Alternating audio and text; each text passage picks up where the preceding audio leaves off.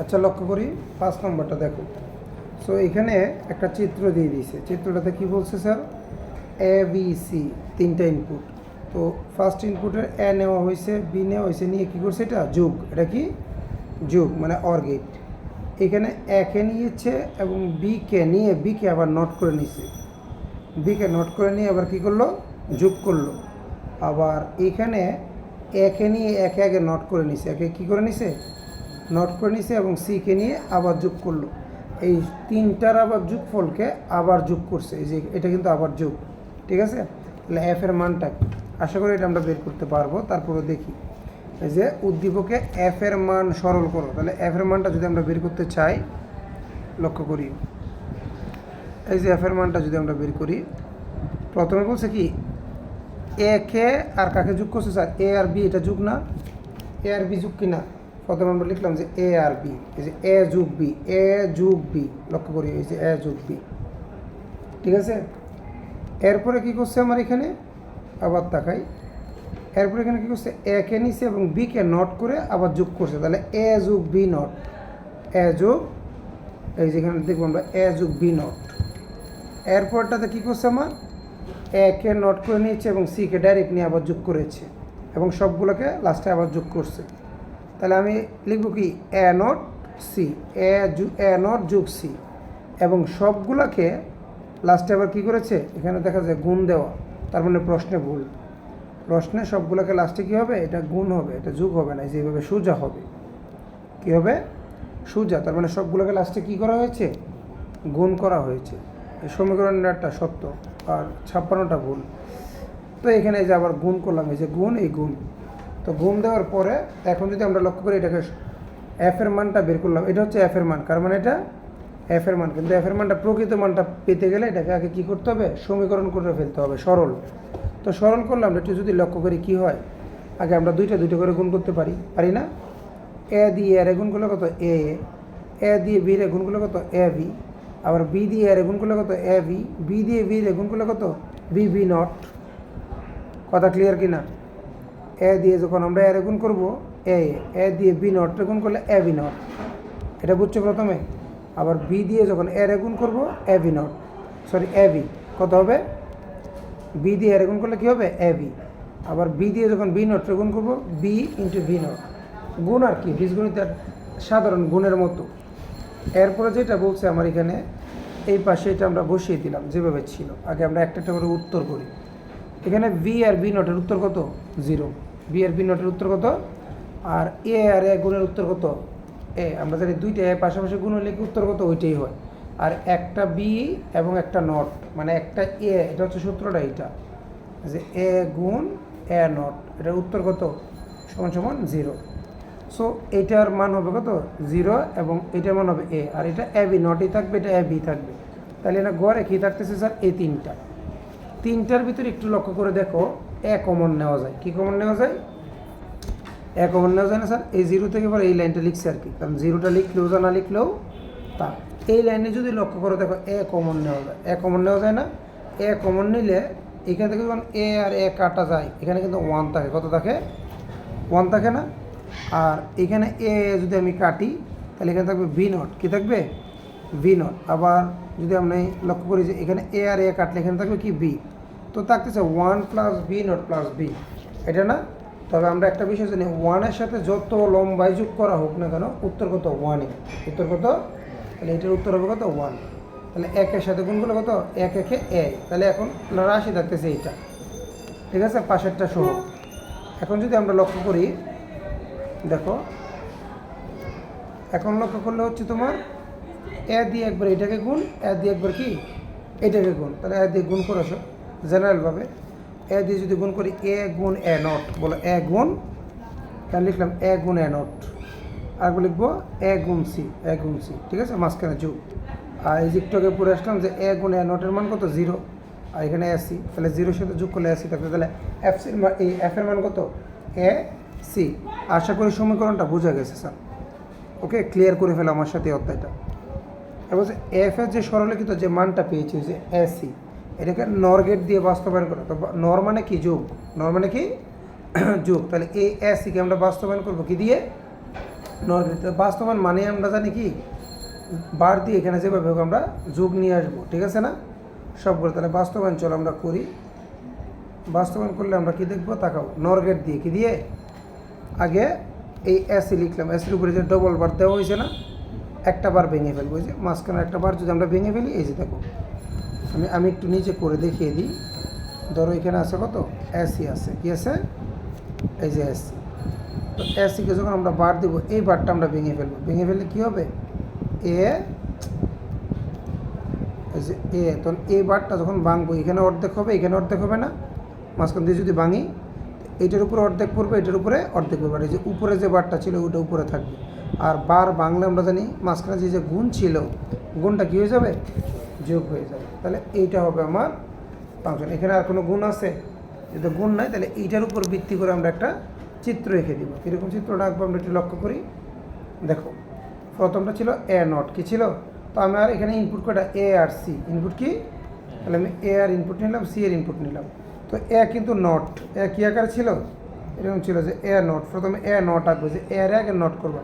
Are not কিন্তু তুমি এইভাবে আঁকলে হবে না, মৌলিক যেটা, কারণ তুমি নর দিয়ে যেহেতু বাস্তবায়ন করতেছো, নরের নিজস্ব কি আছে, নট গেট আছে। তো নিজস্ব নট গেটটা কীরকম, এরকম দিয়ে এইভাবে, এটাকে বলে নরের নিজস্ব নট গেট। এই যে উপর এখানে, ক্লিয়ার। তাহলে আমি নরের নিজস্ব গেটটা আমরা আঁকবো, নট গেট যখন দিব কীরকম দেখো।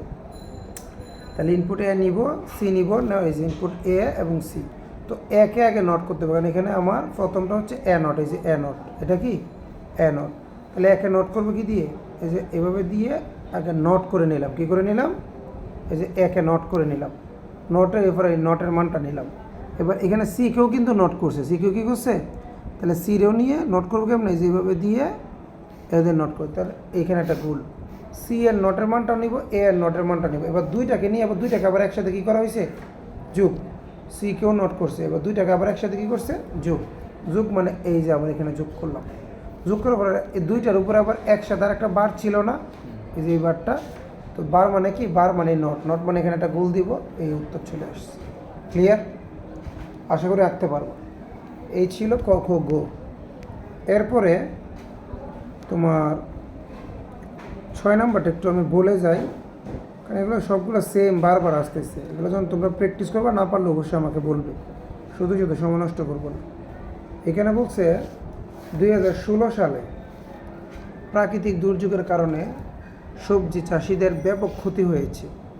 কৃষক আলী 42.42 হেক্টর জমির আলু এবং জামিলের 253.2 অক্টেলে হেক্টর জমি সরিষা এবং হাসিবের 3.2 হেক্টর জমির টমেটো এবং জলিলের 110 বাইনারিতে হেক্টর জমির শশা নষ্ট হয়েছে। ওকে, যাই হোক। আচ্ছা, বিসিডি কোড কি, আমরা যখন কোড পড়াবো তখন দেখে নিবা কেমন, 5D কোন ধরনের সঙ্গে এগুলো পড়ে নিবা। তখন না বুঝতে আমরা বলবো। উদ্দীপকে ব্যবহৃত আলীর জমি থেকে জলিলের জমির ফসলের নষ্টের পরিমাণ 2 এর পরিপূরকের সাহায্যে বিয়োগ করো। তাহলে কাঠটা আলী এবং জলিল, আলী কত, আলী ছিল 42 আর জলিল কত ছিল, এই জলিল নাকি জামিল কত, 253। এটা কাঠটা বলছে জলিল না, জলিল কই, এই যে জলিল, এটা এই যে এটা। আর আলী কোনটা, এটা থেকে এটা বিয়োগ করবে কিসে, 2 এর পরিপূরক। এবার 2 এর পরিপূরককে আমি পারি না, তো 2 এর পরিপূরক করার জন্য বলছে সবসময় আগে দশমিকে নিয়ে আসবা। এটা কিন্তু দশমিকে আনে নাই, তুমি না আনছে, দেখা যায় যে এখানে আনছে। পরে তুমি তোমার মতো করে নেবে, যে 42 10 মাইনাস কত, 6 10। পরে লাইনে দেবে যে 42 10, এখানে যোগ দিবা, মাইনাসটা কী করবা, ভিতরে দিয়ে দিবা। পরে এইটার উপর ভিত্তি করে তুমি কী করবা, 2 এর পরিপূরক করবা। 2 এর পরিপূরকের সিস্টেম কিন্তু বারবার দেখানো হয়েছে, এখানে আর দেখাচ্ছি না। পারবা না, পারবা, গুড। উদ্দীপকের জামিল ও হাসিবের মধ্যে কার ফসলের বেশি ক্ষতি হয়েছে এবং কত। জামিল আর হাসিবের কার বেশি হয়েছে, এটা তো আমি দুইটার মান বের করলে, এখানে দেখো জামিল এবং হাসিব। তাহলে জামিল কত, জামিল হচ্ছে 553.2 আর হাসিব কত, 3.2। তো একটা আছে হেক্টরে আর অক্টেলে, একটা আছে কিসে, হেক্সাতে। তো দুইটাকে আমি দশমিকে ট্রান্সফার করলে তো আমি বুঝতে পারবো যে কার বেশি ক্ষতি হয়েছে, বলতে পারবো না। দুইটাকে আমরা দশমিকে নিয়ে যাবো, এই যে লক্ষ্য করবো। তো এরা এদের মতো নিচ্ছে। আমরা দশমিক নেওয়ার পদ্ধতি জানি না, কি জানি না? আমরা কি জানবো? হেক্সা থেকে কীভাবে দশমিক নিতে হয়, কি জানবো? হেক্সা থেকে দশমিক নেওয়ার পদ্ধতিটা আমাদের মতো করে করবো। তাহলে হেক্সা থেকে আগে দশমিক আনবো, এইভাবে না। আমরা কীভাবে করতাম স্যার বলেন তো?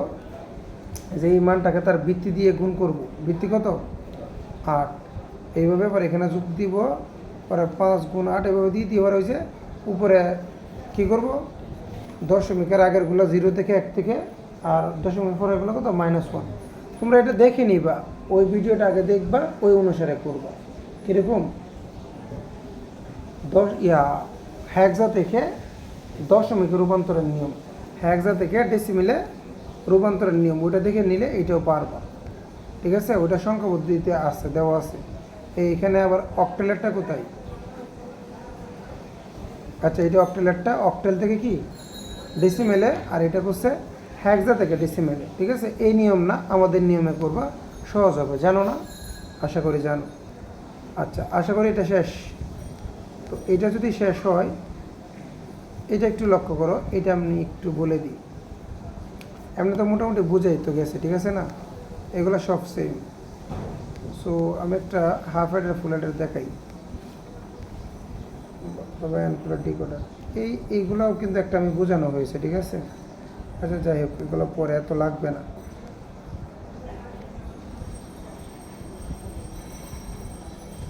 এনকোডার ডিকোডার দেখে নিও, সৃজনশীল পারবো ইনশাল্লাহ। হাফ হেডার ফুল হেডার যদি আমরা করতে চাই, দাঁড়াও। আচ্ছা, চলো আমরা একটা হাফ হেডার এবং ফুল হেডার একটা সৃজনশীল করি। এটা কেমন স্যার? লক্ষ্য করেন, এখানে দেখো ইনপুট 2টা। ইনপুট কয়টা? এখানে ইনপুট 2টা এবং আউটপুট কি? যোগফল এবং কি? ক্যারি। এস মানে সাম, সি মানে ক্যারি। একটা হচ্ছে যোগফল, একটা হচ্ছে হাতে। আর এখানে ইনপুট কয়টা? 3টা। বেরিয়েছে কি? যোগফল এবং সি, তার মানে এবং ক্যারি। 3টা ইনপুট দিয়ে যোগফল এবং ক্যারি বেরোলে এটাকে বলে ফুল হেডার। আর 2টা ইনপুট দিয়ে যোগফল এবং ক্যারি বেরোলে এটাকে বলে কি? Half header. এগুলো হচ্ছে ডায়াগ্রাম, হাফ হেডারের ডায়াগ্রাম, এটা হচ্ছে কি? ফুল হেডারের ডায়াগ্রাম। তো আমরা আগে প্রশ্নগুলো করি। এখানে গ নম্বরটা পড়ছি আমি। ব্লক চিত্র এক মৌলিক গেট দ্বারা যুক্তি বর্তনী অঙ্কন করে সত্যক সারণী ব্যাখ্যা করো। মানে এটা দিয়ে আমাকে লজিক গেট আঁকতে বলছে, মানে কোনটা? হাফ হেডার আঁকবো আর কি, এবং সত্যক সারণী আঁকতে বলছে। ওকে, চলো আমরা একটু দেখি। এই যে ব্লক চিত্র এক হচ্ছে হাফ হেডার, এক হচ্ছে কি? Half header. হাফ হেডারকে মৌলিক গেট দ্বারা যুক্ত করে সত্যক সারণী ব্যাখ্যা করা হলো। হাফ হেডার সত্যক সারণীটা তো আমরা জানি না? হাফ হেডার সত্যক সারণীটা জানো? এই যে ইনপুট কয়টা? 2টা। তাহলে 0 1 0 1 0 0 1 1 দেওয়ার পরে সাম কীভাবে হবে? দেখো, যোগ করি। 0 0 যোগ করলে কত? 0। তাহলে হাতে নাই, হাতেও কত? হাতেও 0। হাফ হেডারের ক্লাসটা দেখে নিলে আরও সুন্দর বুঝবো। 1 আর 1 যোগ করলে কত? 1, হাতে নাই। 1 আর 0 যোগ করলে কত? 1, হাতে নাই। 1 আর 1 যোগ করলে দেখো, যদিও বলছিলাম যে লজিক ডিজিটাল ডিভাইসে গেটের কাজ যখন করব, তখন 1 আর 1 যোগ করলে কত হয়? 1। একমাত্র হাফ হেডারে 1 আর 1 যোগ করলে ওই আবার বাইনারির নিয়ম, 1 আর 1 যোগ করলে কত হবে? 10 হবে। তো 10-এর এখানে লিখবো কত? 0, আর হাতের একটা এখানে বসিয়ে দেবে, যে হাতের একটা এখানে বসিয়ে দেবে। বুঝতে পেরেছ? এটা ওইখানেও দেখিয়েছি। তাহলে আমাকে সত্যক সারণী আঁকতে বলছে, সত্যক সারণী আঁকছে। এবার আমাকে বলছে চিত্র আঁকতে। চিত্রটা কী দিয়ে আঁকতে বলছে? কোনো মৌলিক গেটের কথা বলছে? মৌলিক গেট দিয়ে আঁকতে বলছে। কী দিয়ে? তো আমরা হাফ হেডার দিয়ে কীভাবে মৌলিক গেট দিয়ে চিত্র আঁকবো এবং কীভাবে মৌলিক গেট ছাড়া চিত্র আঁকবো সেটা কিন্তু আমরা বলে দিচ্ছি, ঠিক আছে? মৌলিক গেট মানে কি? এখানে হাফ হেডার মানে আমরা কিন্তু জানি একটা XOR একটা AND গেট। ওই যে, আচ্ছা, ফাংশনটাকে বের করে দিই। ফাংশনটাকে আমরা বের করবো স্যার, আমরা আগে এস এর ফাংশন বের করবো। কার ফাংশন? এস এর। তাহলে এস এর ফাংশন দেখবো এখানে কোন কোন জায়গায় 1 আছে। এইখানে 1 আছে। তাহলে এটা সোজা যদি যায় দেখবো এটা হচ্ছে নট গেট, এটা হচ্ছে কি? On gate. মানে এটা অফ, এটা অফ, এটা কি? অন। তাহলে লিখবো যে যেখানে এ নট এবং কি? B on, B on. এক কথা লিখবো এ বি। কী লিখবো? এ বন্ধ এবং বি কি? অন। তাহলে লিখবো A naught B, A naught B. আবার এখানে যদি আমরা লক্ষ্য করি, এরপর আর যেখানে যেখানে 1 আছে এই সোজা যায় দেখবো। আবার এই লাইনে দেখলে এখানে এ কিন্তু অন, এই যে এ অন, এ কি? অন, এর উপরে কোনো নট লাগবে না। আবার বি কিন্তু অফ, বি কি? এই যে বিও, তাহলে বির উপরে কি দিব, নট দিব। তাহলে আবার হাফ হেডার মানে কিন্তু যোগ করে দিতে হবে। তাহলে ফাংশনটা কি দাঁড়াচ্ছে, এ ভি যোগ এ ভি নট, ঠিক আছে, সরি এ নট বি যোগ এ ভি নট। এটা আমরা জানি এক্সর গেট। এটা কোন গেট, এ নট বি যোগ এ বি নট, এটা কার গেট, এ এক্সর বি। তো যদি আমাকে মৌলিক গেট না বলতো, আচ্ছা সি এর ফাংশনটাও বের করি। সি এরটাকে আমরা বের করবো, সি কোথায় ওয়ান আছে, এই সোজা গিয়ে এখানে দেখবো, দেখো সি এর এ ওয়ান বিও অন, তাহলে লিখবো এ বি, কী লিখবো, এ বি। তো এখন বিষয়টা হচ্ছে যেটা এখানে হচ্ছে এ ভি, সি হচ্ছে সি এর ফাংশনটা পেয়েছি, এস এর ফাংশনটা পেয়েছি। এখন চিত্র আঁকতে বলছে, চিত্রটা আঁকতে বলছে মৌলিক গেট দিয়ে। মৌলিক গেট দিয়ে যদি না আঁকতো তাহলে আমি একটা এক্সর গেট এবং এ বি এঁকে দিলে হইতো। কীভাবে আঁকতাম আমি একটু দেখাই দিই। এভাবে এ আর বি দুইটা ইনপুট নিয়ে এই যে একটা এক্সর আঁকতাম। আমি আগে দেখিয়েছি কিন্তু দেখিনি হাফ হেডার এবং ফুল হেডার ক্লাসটা। এবং এই যে সি এর জন্য এখান থেকে এ নিতাম বি নিতাম, এই যে গুণ করে দিতাম, শেষ। হাফ হেডার আঁকা কি শেষ। এটা হচ্ছে যদি মৌলিক গেট না বলে, আর যদি মৌলিক গেট বলে তাহলে এইভাবে আঁকতে হবে, কারণ ওইটা এক্সর গেট দেওয়া যাবে না। তাহলে ইনপুট হচ্ছে দুইটা, একটা নেব এ, একটা নেব কি বি। এ নট আছে নাকি নাই, আছে। বি নট আছে নাকি নাই, আছে। তাহলে এ এর জন্য একটা নট গেট করে নিব, কোনটা, এই যে মৌলিক গেট দিয়ে। মৌলিক গেটের নটটা কিন্তু এইভাবে করে। বি এর জন্য একটা নট গেট করে নিব, কীভাবে, এইভাবে। ওকে, তাহলে এ এবং এ নট করে নেব, বি এবং বি নট করে নেব। করে নিতে তাহলে প্রথমটা কি ছিল, এ নট বি। তাহলে এ নট নিব এবং বি নিব, নিয়ে কী করছে, দুইটাকে গুণ, এই যে দুইটাকে গুণ করলাম, ঠিক আছে, টান নিলাম। আবার এই পাশে কী করছে, একে নিছে বিকে নিছে, একে নিছে এবং বি নটকে নিছে, নিয়ে এই দুইটাকেও কী করছে, গুণ করছে, এই যে দুইটা গুণ। গুণ করার পরে এই সম্পূর্ণ রাশিটাকে আবার কী করছে, যোগ। এটার উত্তরটা নেব, এটা উত্তরটা নিয়ে আবার এই যে যোগ করে দিব, এই যে উত্তর। ক্লিয়ার। এটা হচ্ছে হাফ হেডারের যোগ ফলের সারণীটা। এবার ক্যারিটটা আছে না, এই যে ক্যারিটটা, এ গুণ বি, একে নেবে বিকে নেবে, নিয়ে গুণ করে দেবে, শেষ। এ গুণ বি, মানে মৌলিক গেট দিয়ে আঁকাটাও সহজ। এটাও আমি হাফ হেডারের ভিডিওটাতে বা ক্লাসে দেখিয়েছি, কেমন। এবার 2 নম্বর প্রশ্ন কি বলছে, আমরা সরি গ নম্বরে কি বলছে, ব্লক চিত্র 1 দ্বারা ব্লক চিত্র 2 লজিক বর্তনীটি বাস্তবায়ন করা বলছে। যদি কখনো বাস্তবায়ন করা হয়, জাস্ট এটা কি করবা, চিত্রটা এঁকে দিবে। এবং আমি ওই যে যেটা দেখিয়েছিলাম হাফ হেডারকে ফুল হেডার দিয়ে বাস্তবায়ন, আমি একটু দেখাই দিই আরেকবার। চলো, এই যে লক্ষ্য করো, যদি কখনো হাফ হেডার দিয়ে ফুল হেডারকে আমার বাস্তবায়ন করতে বলে, জাস্ট এই যে চিত্রটা আঁকবো, এই চিত্রটা কিন্তু কীভাবে আঁকতে হয় আমি দেখিয়ে দিয়েছিলাম, মনে আছে স্যার? এটা কীভাবে আঁকতে হয় আমি দেখিয়ে দিয়েছি, অথবা ফুল হেডারের ক্লাসটাতে ভিডিও করা আছে। চিত্রটা আঁকবেন, জাস্ট চিত্রটা আঁকবেন, এত কিছু জানার দরকার নাই। হাফ হেডার দিয়ে ফুল হেডার করার সময় জাস্ট চিত্রটা আঁকবেন, এবং চিত্রটা আঁকার পরে যে কাজটা করবা, এই যে সামের যে মানে কোনটা, এই যে সামের কিন্তু এটা কি স্যার, সামের যোগফলটা করে দিতে পারো এবং ক্যারিটটাও আলাদাভাবে শো করে দিতে পারো হাফ হেডার এবং ফুল হেডারের ক্ষেত্রে।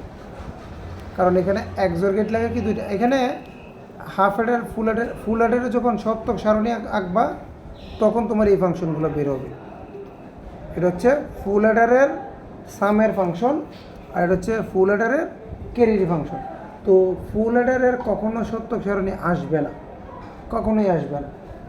সেহেতু আমরা যেটা করতে পারি, এই ফুল হেডারের সামের ফাংশনটা আমরা মুখস্থ করে ফেলতে পারি, ফুল হেডারের ক্যারির ফাংশনটা আমরা মুখস্থ করে ফেলতে পারি।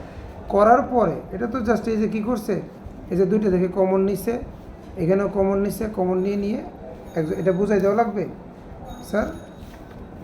আশা করি এটা ডাইরেক্ট লিখে দিলে হবে। এটা তোমাকে যদি কখনো বলে হাফ হেডার দিয়ে ফুল হেডার বাস্তবায়ন করো, তুমি জাস্ট এই চিত্রটা আঁকবে, চিত্রটা এঁকে এটা জাস্ট তুমি সরাসরি বসিয়ে দিবে। এটা যেভাবে যদি বিশ্লেষণ করতে বলে, আর বিশ্লেষণ না বলে জাস্ট চিত্রটা আঁকলেই হবে।